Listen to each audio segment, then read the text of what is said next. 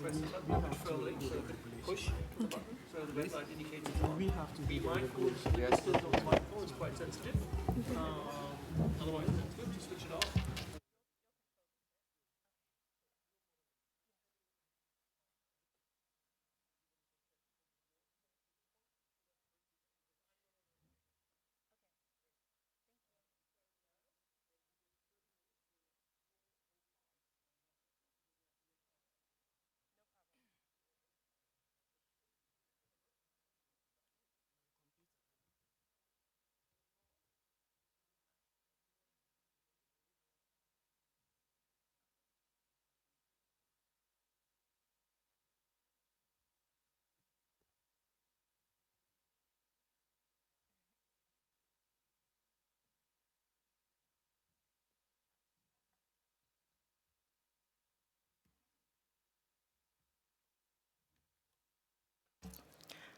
Okay.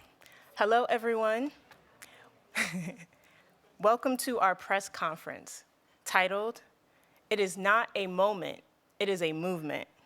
African youth leading the HBCU Green Fund's relentless push for climate justice on the road to COP30." Today, I am super excited to share youth voices from the continent and from the HBCU Green Fund's Sustainable Africa Network. We are here in Bonn to elevate global demands at UN climate talks, as well as COP30 in Brazil. But first, let me introduce myself. My name is Dr. Frances Roberts-Gregory, and I serve on the board of the HBCU Green Fund. I am also affiliated with the UNFCCC Women and Gender Constituency, as well as the Chisholm Legacy Project's Global Afro-Descendant Climate Justice Collaborative. My colleagues today will deliver a strong message. We unequivocally believe that climate justice must center African and African descendant communities, not just in word, not just as tokens, but in action, policy, and investment. Our theme today is One Struggle, One Future. And at this press conference, we are marking a critical milestone in the Road to Belém campaign that was launched on Earth Day 2025 by the HBCU Green Fund Sustainable Africa Future Network. So today we will hear some of these demands, and youth from various African countries will ultimately devise an African Youth Climate Justice Statement. But before that, a bit about the HBCU Green Fund.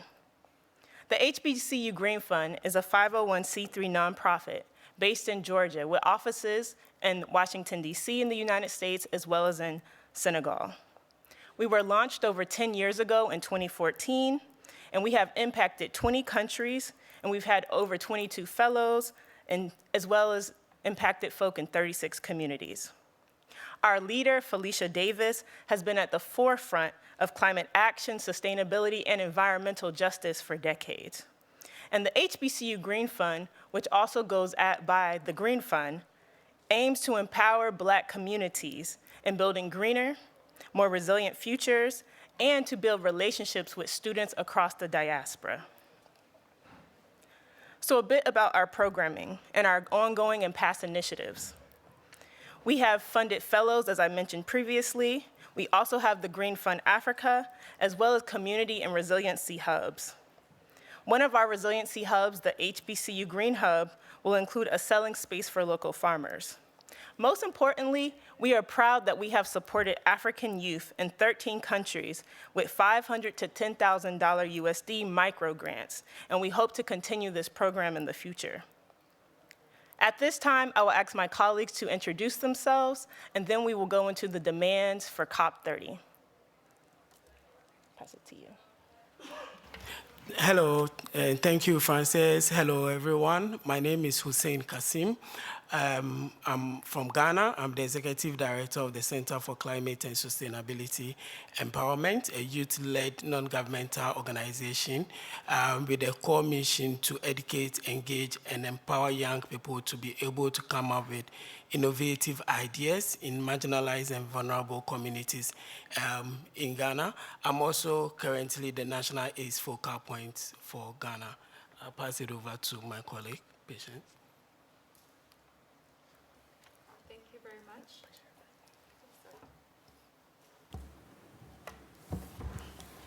Thank you very much. My name is Patience Nabukalu. I'm a climate and environmental rights activist. I come from Uganda, a country blessed with beauty, with lakes, with rivers, forests, and incredible people.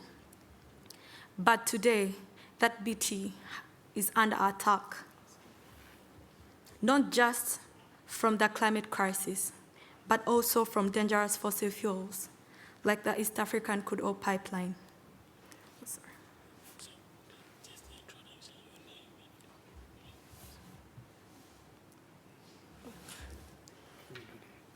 I No, so you can just your name and then it will go. Then Oh, sorry, I'm sorry. My name is Patience Nabukalu. I'm a climate and environmental rights activist from Kampala, Uganda. Hello, everyone. My name is Sauti Lusanzu. I'm a youth advocate and a climate activist from Tanzania. I am also a founder and executive director of Healthcare Foundation Tanzania, and I represent HBCU Green Fund in Tanzania. Thank you. Hello, everyone. My name is Isati Cintron. I am not from Africa, but we are Afro-descendants in Puerto Rico. I am the director of the ACE Observatory and an organization that works with local communities that's called Climate Trace Puerto Rico, and we're very good partners with HBCU Green Fund, so thank you so much for the invitation. Thank you for introducing yourselves, everyone, and we will go into more details on some of our demands. So, Hussein, if you'd like to. All right, thank you so much, Frances. So, like Frances said, we've combed around, we've looked at some of the challenges that young people are facing across the continent, and we believe that putting together this demand towards Belém is very essential, because these are some of the demands that would hope parties would take it up, especially during negotiations, to make sure that at least we have a very decent life to live as people from Africa. So we have 4 main key points when it comes to the demand, but for each point we have sub-points which explains better. So the first demand is climate finance justice, and that we want to request for parties to fulfill and scale up loss and damage funding with agency. The other thing is we want them to fulfill and scale up loss and damage. The other thing is we want them to ensure direct access to climate finance for youth-led and community-based initiatives, not only for government and for large international NGOs. We want them to establish a formal global mechanism for climate reparations, recognizing historical responsibilities. 2, we want them to center Africa in global climate action. We want them to end neo-colonial land grabs and exploitative carbon market schemes that displace communities. B, we want to protect Africa's forests, water systems, and indigenous lands through local governance and community stewardship.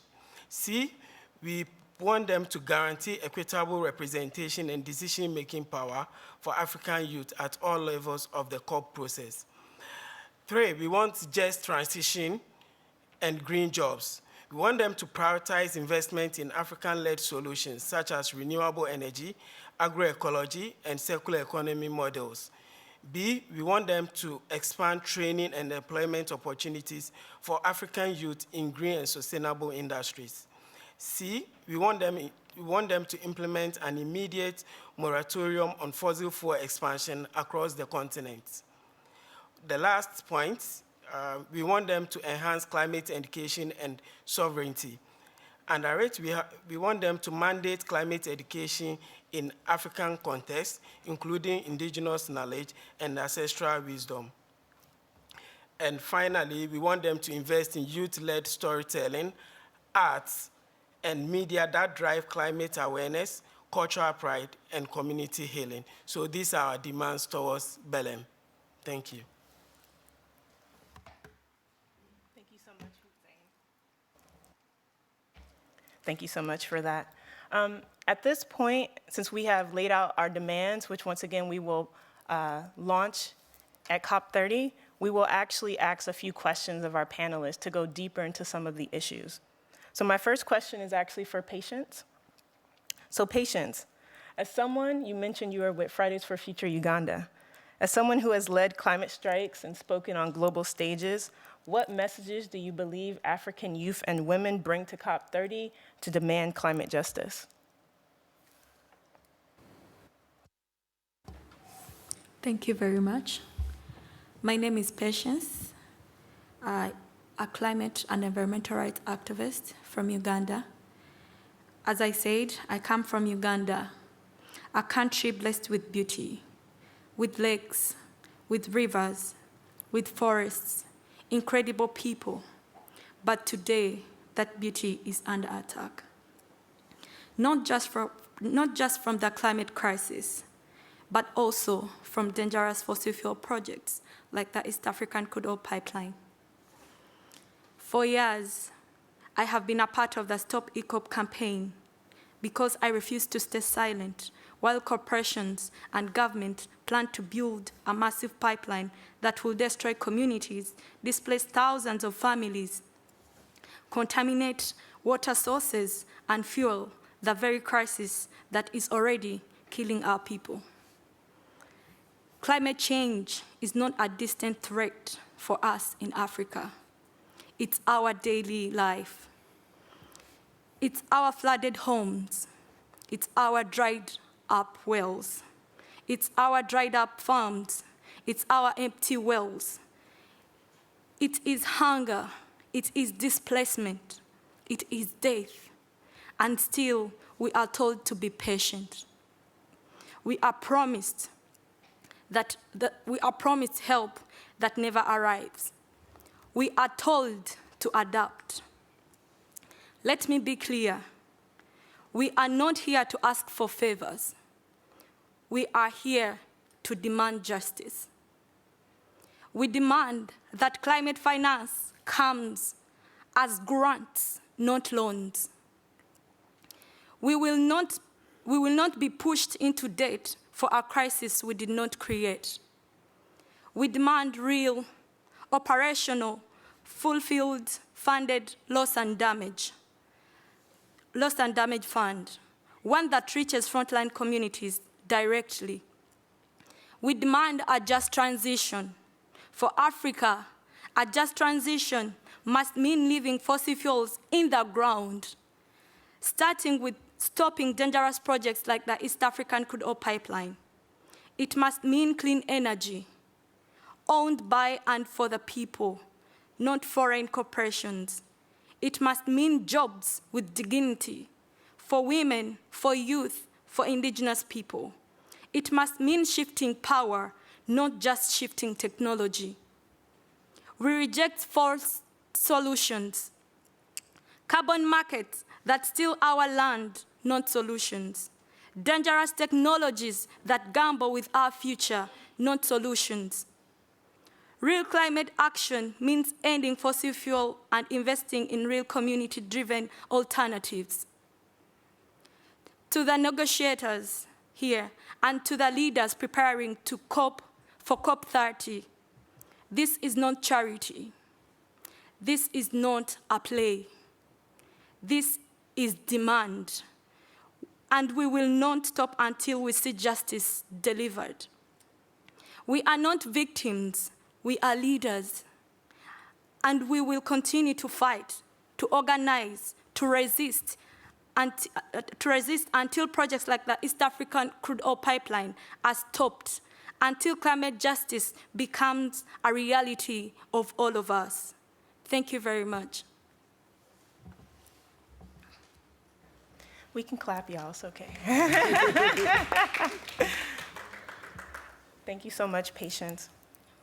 My next question will be for Sostine.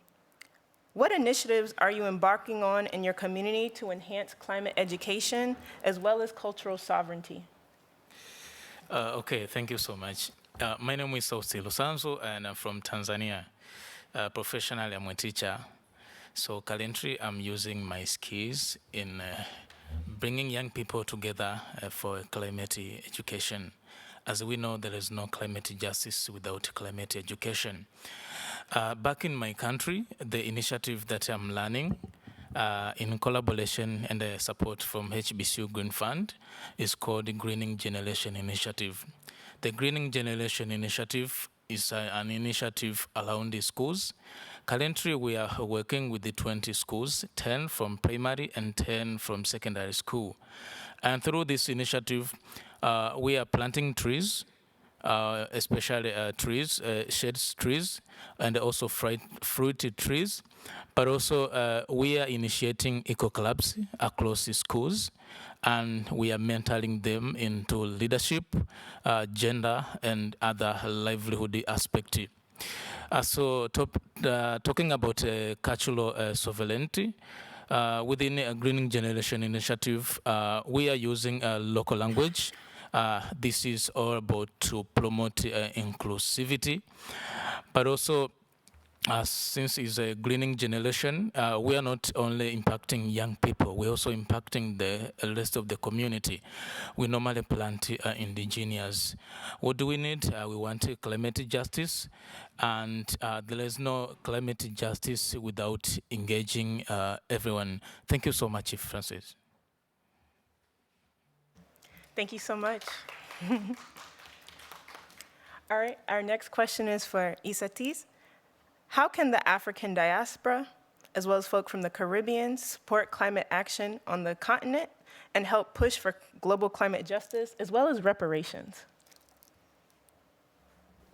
Thank you so much. I think it's very important to recognize Puerto Rico, its island and its territories and its racialized and colonial history go often unspoken in these international spaces. But yet inside of those, like our frontline communities and racialized communities, Afro-descendants, are the most vulnerable, and yet because we have not given any other option other than survive, are leading the change in the country. Looking to COP30, we are in a very powerful moment. We're looking at a country that has the largest Afro-descendant population outside of Africa.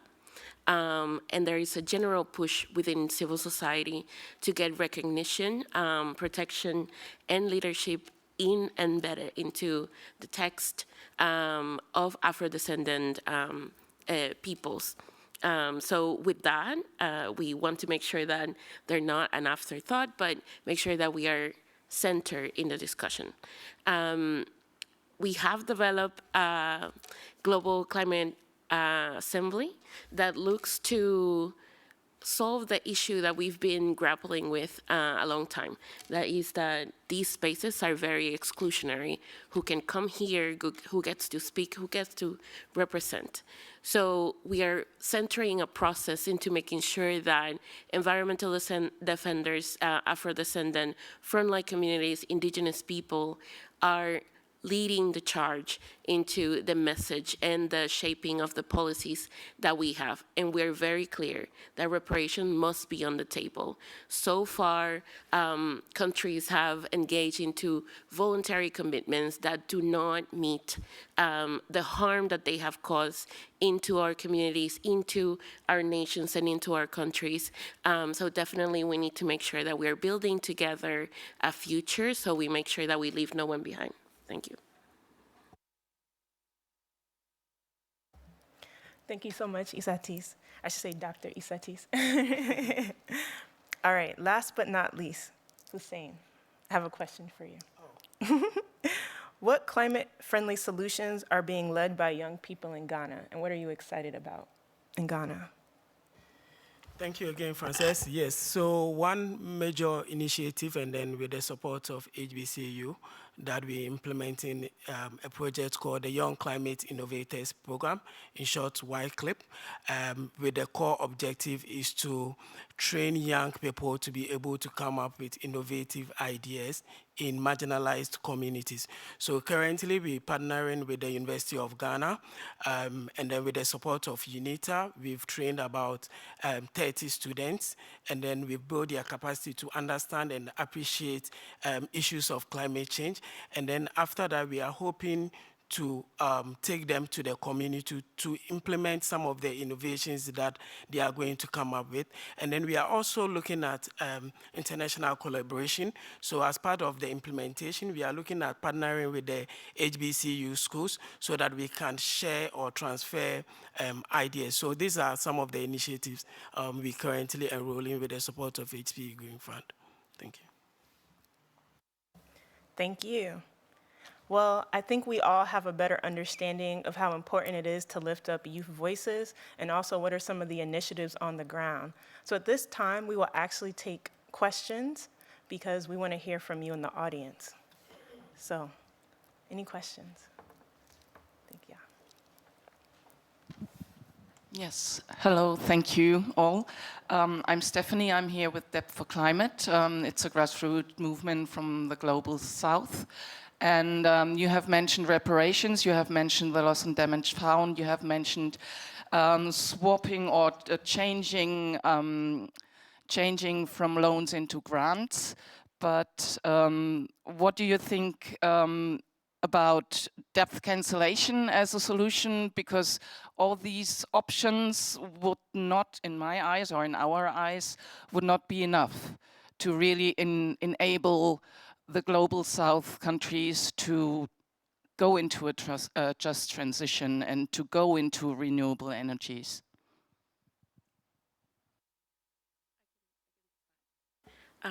Definitely. So we have been talking with different communities, and debt burden and debt overall is one of the main issues that we're seeing. So when we're saying grants and loans, is actually so that new processes and provisions are not producing debt without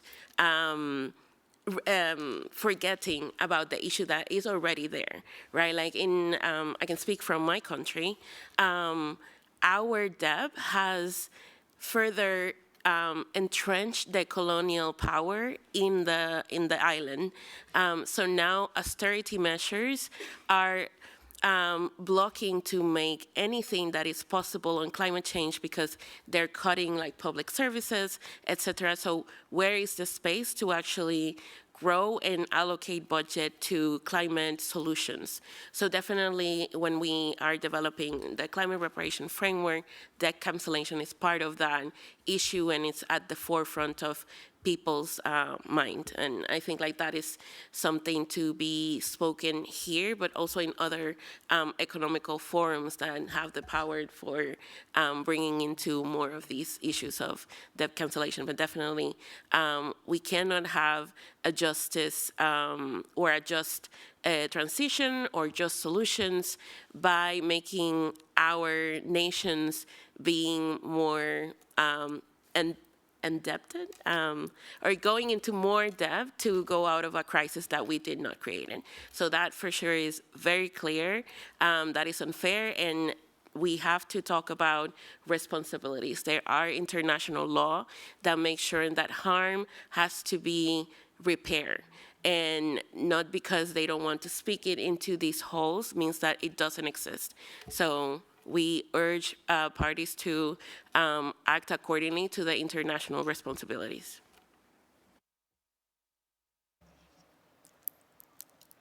Was there another question? Okay. I also have a follow-up question to the debt issue.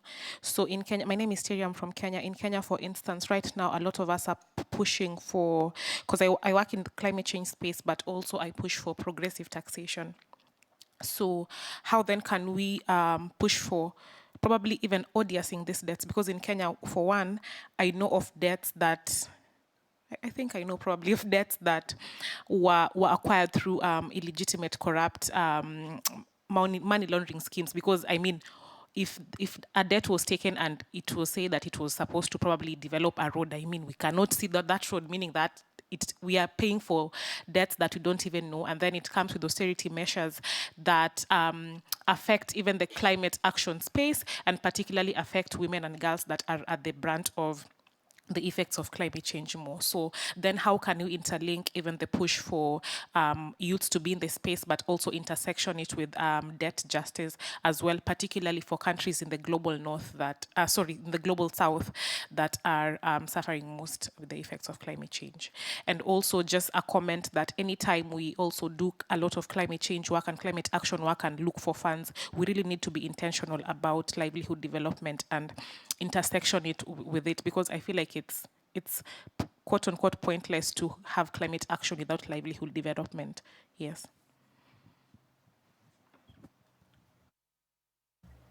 Thank I think that I'm not a finance or tax expert.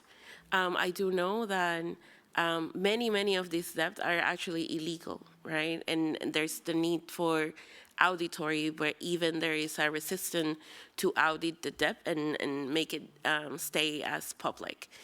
So I know that there is like a lot of movement on the taxation process to make sure that this happen and to bring into more safeguards. And I think, like, absolutely, as you say, like, it's important to connect climate to sustainability. And I think that we often miss that connection between the Sustainable Development Goals and climate action. Sometimes they seem to be separate agendas, but they even share indicators, they share targets. So this is very important to bring it in, and some countries do. Some countries have their own departments, etc., bringing like coherence into sustainable development or clean development and climate change. But we need to see it more, and I think that we need to see more integration across everything, right? Like, we have so many conventions that talk on biodiversity, ocean, climate, but these are all interlinked issues. So definitely we need to see more of those working together to make sure that we need to think in systems and not in silos. Yeah. Thank you so much for that, Isatis. I think we have maybe time for one more question. So, I don't know here, yeah. All right, thank you. If we don't have enough time, I would be happy to take it outside. So my name is Hallelujah. I'm from Ethiopia. I'm here representing two organizations from Ethiopia, the Youth Sprint, and then across Africa, African Youth Commission. So I'm an Pan-Africanist, working for climate activists and environmentalism. So I'm also representing as a commissioner for African Diaspora and External Affairs. So I'm just wondering if you can be able to share experiences and how are the users across Africa or outside of Africa moving along with this agenda, right? So is it only for COP or SP that we're connecting and meeting together, or do we have any other agendas across the year? So thank you. So it's not just for the COP, for Belém, but we are starting even from the Africa Climate Week in Ethiopia. So we'll have a stand, we are going to make flyers, and then we have a network. It's a network of young people from different parts of the continent who are part of this, this movement. So hopefully, after the Climate Week, we will now go into Belém, COP30 with this. So it's just not for COP30.